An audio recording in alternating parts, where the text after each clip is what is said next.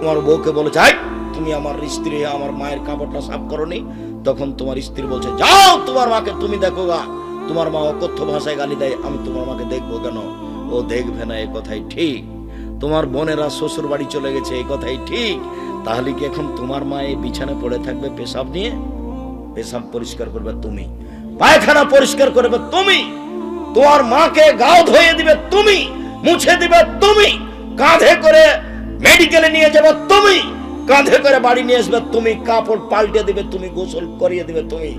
একদিন তুমি ছিলে তোমার মায়ের কোলে, এখন তোমার মা তোমার কোলে। তোমার মা যা করেছে তুমি তার চেয়ে বেশি করো।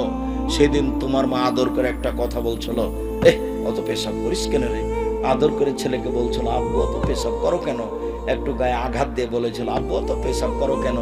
এখন তোমার মাকে তুমি একটু মজাক করে বলতে পারবে না, একটু তৎ করে বলতে পারবে না।